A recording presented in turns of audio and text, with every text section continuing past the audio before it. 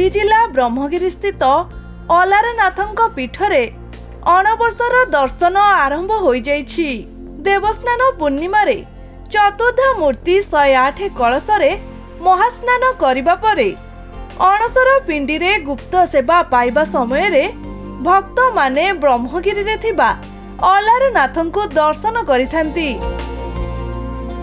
विश्वास रहिछि जे श्री जगन्नाथଙ୍କ अणवसर काल रे श्री अलारनाथଙ୍କୁ दर्शन करिबा द्वारा जगन्नाथ दर्शनर पुण्य प्राप्ति होइथाए।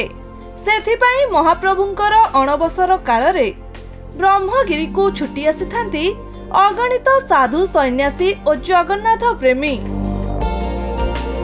भोर 4टारू द्वार फिटा जिबा परे मंदिरर समस्त नीतिकांति सरिबा परे श्रीजीउ सर्वसाधारण को दर्शन दियंती। तेबे अणवसरर प्रथम और द्वितीय दिन रे मंदिर रे बहु श्रद्धालुंकर समागम होइछि। पुरीरू वीडियो जर्नलिस्ट सत्य प्रकाश को सह अंशुमान जेनांक रिपोर्ट खबर ओडिशा।